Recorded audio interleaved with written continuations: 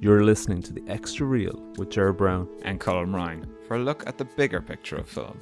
with films from around the world, Through the decades, from movies you know and love. to movies you need to discover.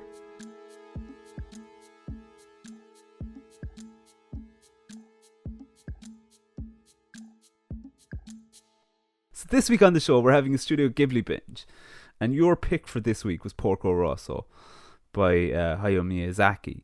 So tell us a little bit about why you picked this. I think in the Studio Ghibli repertoire, I think it's, I did about 23 films now. I think that Porco Rosso is always one that people seem to like. It's definitely kind of a strange one because obviously the main character is a pig, but everyone else in it is human. So, but at the same time, then it's kind of set like post World War One. It's got a big kind of political message in it, and it's it's a Studio Ghibli film, but kind of set in a real world with some fantastical elements. And yeah, it's really it was just one I'd heard such great things about, and that's really why I wanted to see it. Obviously, a lot of most of the Studio Ghibli back catalogue is on Netflix now. They were so hard to get on DVD back a few years ago, back in the good old days, to get a collection. So the fact that they're all free now to watch is excellent, and I'm trying my best to. I'm going to try and watch all of them if I can. I think I've kind of started with some of the bigger hits, which is probably not the best way to go about things. You know, you watch the really good ones and then you're like, oh, I don't know about this one that's not meant to be so great. What am I going to get out of it? Do you know? Is it a bit like eating your greens, that you're acclimatizing to it and you're just kind of going, right, this is not something I'm totally used to, but I need to do this. Is that how you're starting to feel about it? I don't know if I'm force feeding myself. I haven't gotten through as many as I'd like to have gotten through. I think I've seen about 7 or 8 of their films down through the years. But like a few of the earlier ones, definitely like Nausicaa and Castle in the Sky are maybe slightly overlong in ways.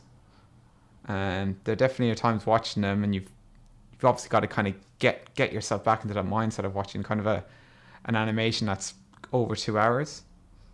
There's a bit of that, and obviously then you're dealing with obviously different animation styles and how animation has evolved over the years too. But the stories are so fantastical, and there's always a weirdness to Studio Ghibli films that I love, that might be there in, say, things that Disney made, for example. There's a real strangeness to a lot of Ghibli stuff. So do you want to give us a rundown of the plot for Porco Rosso, for what it is? So Porco Rosso basically is about this kind of World War One fighter pilot based in Italy, who he kind of seems to spend his days. He lives on this kind of secluded island with his plane, but he seems to spend his days kind of keeping the skies safe from these like sky pirates.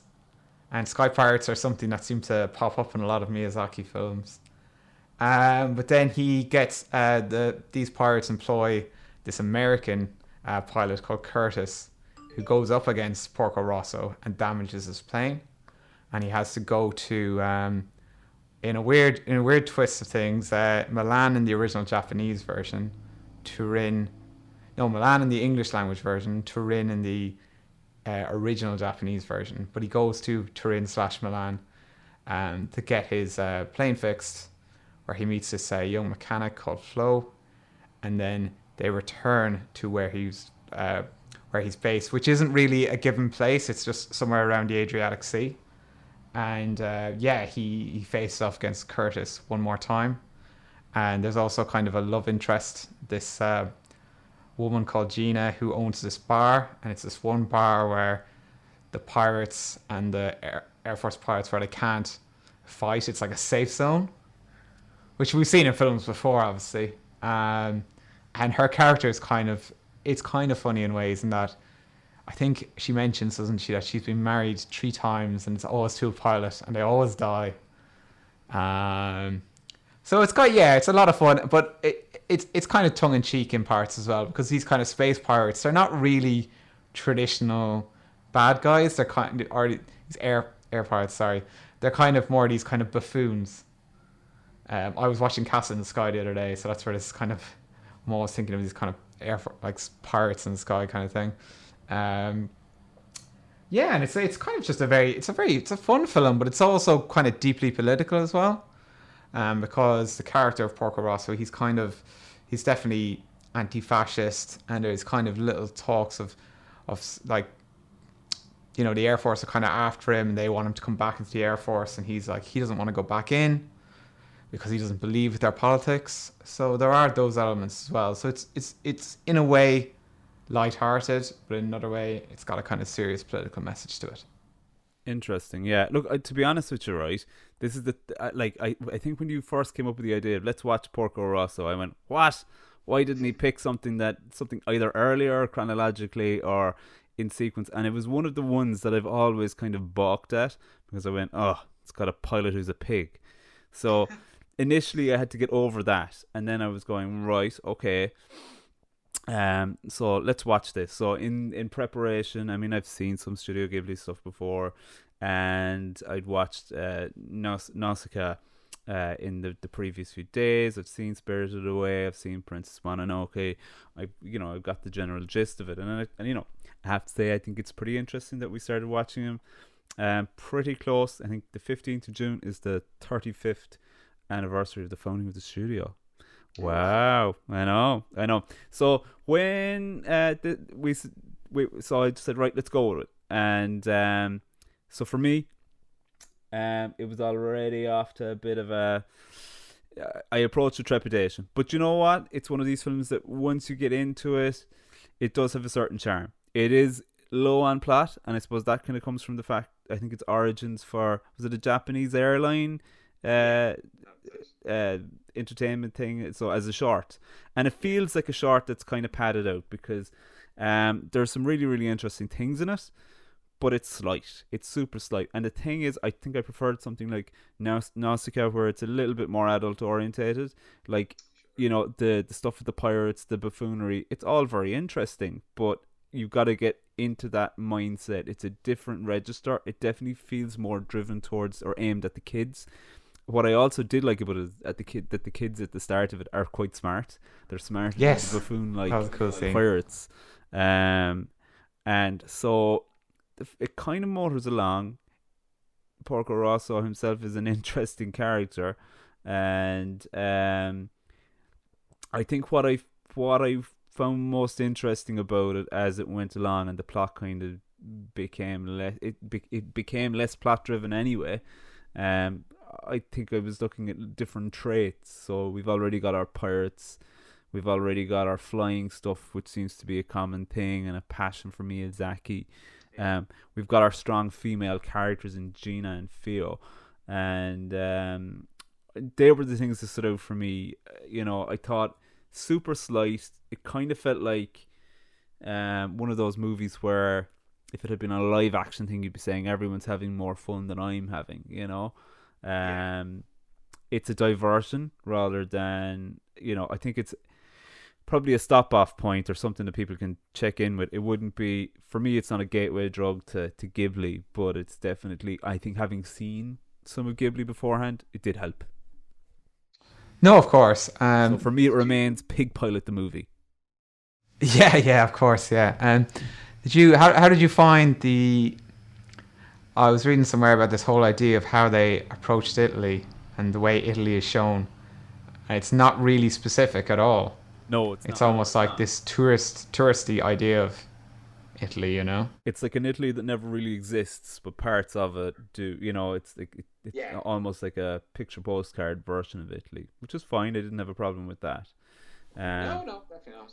And I think definitely where I suppose it has some interesting stuff when it's talking about fascism and the fact that Marco / Porco never really seems affiliated with any one side either, that he's a loner, and they differentiate between bounty hunters and fighting wars. I thought that was interesting, but I thought there was some, like, you expect there to be striking visuals in it, and there are. I mean, you've got that image of the ghost planes and stuff. It was cool. That's absolutely beautiful. Even the plane itself, and how there is, because it is quite a long kind of sequence, I guess, of probably a bit too long maybe, where his damaged plane has to be rebuilt. Yeah.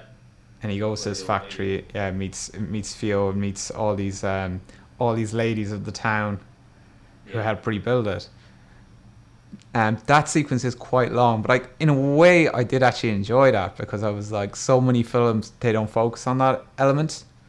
They're just like, let's get that bit over as soon as possible, and then back to the last act. But I almost feel in some Miyazaki films, he likes these diversions. They like to just move away. They just spend a bit of longer time on a certain part, and sometimes it's a bit overlong, and sometimes you're like, come on, let's get it moving. But then other times, there's just little details and little character traits that come out and stuff like that I really enjoy. Yeah, I think, and what this does benefit from is the leaner running time.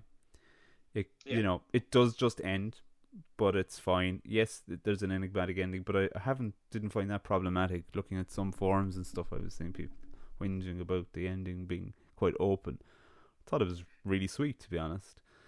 I found it quite poetic, actually. And it doesn't, I think, something that's difficult maybe for, say, if someone comes from watching Disney growing up or something, and then goes to watch Studio Ghibli, the endings of Studio Ghibli films a lot of times they're wrapped up really fast, or they don't really give you the full catharsis that you want. I have to say, I was glad that you kind of pushed me to watch it, just as something different. It's is it my favorite? No, it's not. It was not, but it was, what I did appreciate about it was, yes, it had some layers. The central character is very interesting, and it didn't overly outstay its welcome. I think it was, if it had been any longer, it might have, because it's so slight. But I thought it was grand rather than great. How did you find the character of Curtis? There was this idea that he's kind of based on Ronald Reagan and Errol Flynn in terms of like, he wants to be a movie star. Kind of enjoyed him, to be honest with you, because I think he was the closest thing you've got to an antagonist, because the pirates are such buffoons. Yeah, there is something like that in a lot of Miyazaki stuff that he does quite well, I think, in terms of like, his antagonists they definitely can be like bad guys, but they have lots of humanity to them. And they have likable traits to them, which I'm sure other filmmakers were, they wouldn't be as quick to do, but I think he finds something in every character to like, really. I thought the action payoff was a bit packed, to be honest with you. Like, whether it's the two guys chasing each other around on the planes or just battering the bejesus out of each other in the end, it was... I just didn't feel like something that was aimed at an adult audience, because it isn't. No, it isn't. But I mean, wouldn't you argue that a lot of Studio Ghibli stuff is almost this middle ground of like, yes, it's obviously it's animation and maybe some, probably, I'm sure kids growing up in Japan loved it, because all these films have done quite well at the box office, but at the same time there is lots of violence in them. They don't shy away from it. It's a lot more adult themed, I think, than other animation studios. But I do know what you mean. Yeah, the final sequence was a bit slight and a bit disappointing. But that's, again, I think, just one of these things of just trying to change expectations for people or something like that. Ultimately, Colm, what's your feeling on Porco Rosso? What I feel about Porco Rosso is it's definitely worth a watch, in terms of like, it's a very entertaining and kind of funny Ghibli film with kind of political undertones. But at the same time, I wouldn't watch it as an introduction to Ghibli. Thank you very much for listening. You can contact the show by emailing to extrareal@gmail.com. Search for the Extra Real Podcast on Facebook, Twitter and Instagram. You can listen to the show on Spotify, iTunes or anywhere you get your podcast from.